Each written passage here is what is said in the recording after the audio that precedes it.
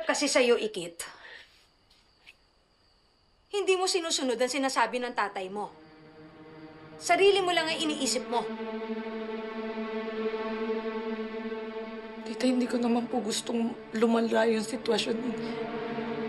Gusto ko lang naman po talagang may gawin ako para po masolve kagad yung problema. Wala naman sanang magiging problema. Kung umpisa pa lang, tinigilan mo na pakikipag-chat sa Victor na yon. Teka lang, tita.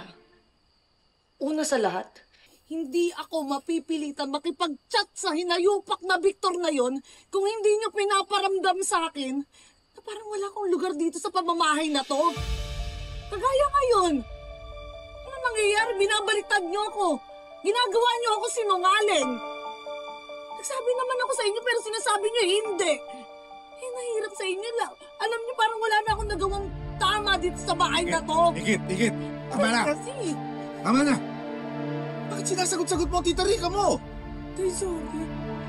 Nasasaktan lang naman po ako kasi pinapalabas po nila sinungaling ako. So what are you saying? Na ako ang masama? Na kami pa ni Angela ang kontrabida? Ang sabihin mo, mana ka lang talaga sa nanay mo na nakikipagrelasyon sa foreigner at sarili lang ang iniisip. Hindi nyo iniisip ang magiging epekto nun sa mga pamilya nyo. Wala kang kwenta, anak. Puro mo na lang sakit ng ulo binibigay mo kay Gani. Nasaktan na ako. Sabi ako eh.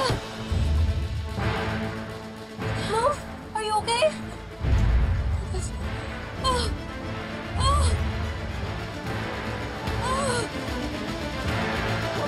Mahal! Mahal! Paano yung baby natin? Huwag kang lumapit! Lumayo ka! Lumayo ka! Dali na kita sa ubi mo para magpatingin kayo ng baby. Ha? No. Huwag na sa ubi. Dali mo ako sa nearest ER na hospital. Dali. Bilisan na. Angela na sinususi ng kotse. Pagko mo, dali mo! Angela! Ama! Halika! Halika. Dahan-dahan lang, dahan-dahan. Halika.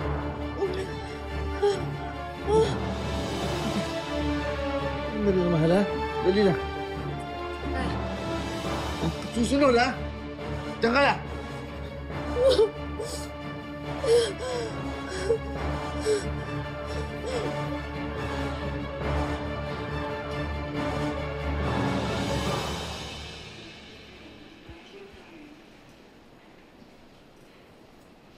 Angela. Bakit sumunod ka pa dito, ha?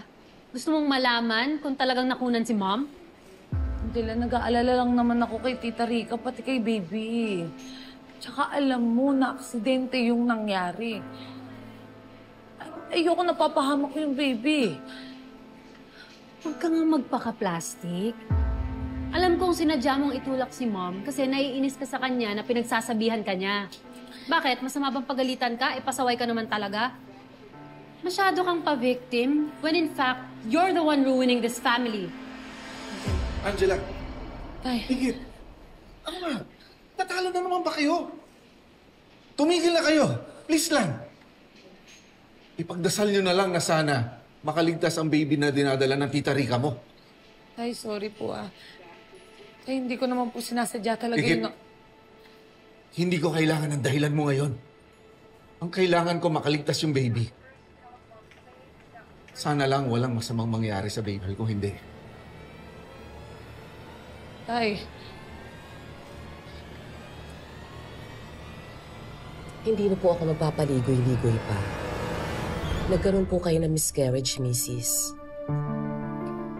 Unfortunately, mas increase po talaga ang risk ng miscarriage during geriatric pregnancies o yung may edad na pong nagbuntis. It could happen during the first trimester without any clear reason. It's not something you could have controlled or prevented. I understand that. Pero pwede po bang ako na lang ang magsabi sa husband ko? I want to break the bad news to him gently para hindi naman ho siya masyadong pa-devastate. Of course po, ma'am. No problem. Sige, excuse me po. Maiwan ko po muna kayo.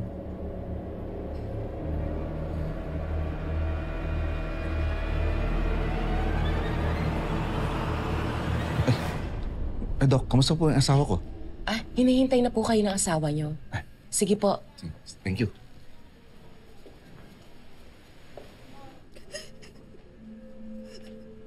Mahal, bakit? Kamusta yung pakiramdam mo? Mahal. Ano sabi ni Doc? Ano nangyari? Wala tayong baby natin, mahal. Nakunan daw ako, sabi ni Doc.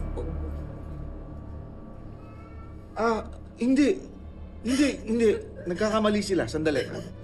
Baka may magagawa pa silang para iligtas ang anak. Sandali. It's too late. It's too late, Ma. It's too... There's nothing they can do.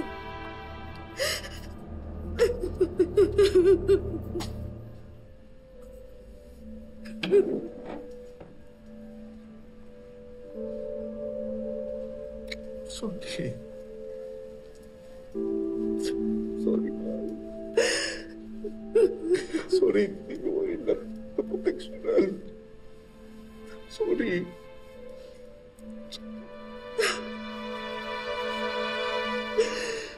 Kasalanan na ito, Nick.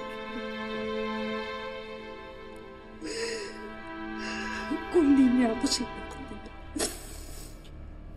hindi mawawala ang baby natin. Walang dapat ibang sisihin kundi siya.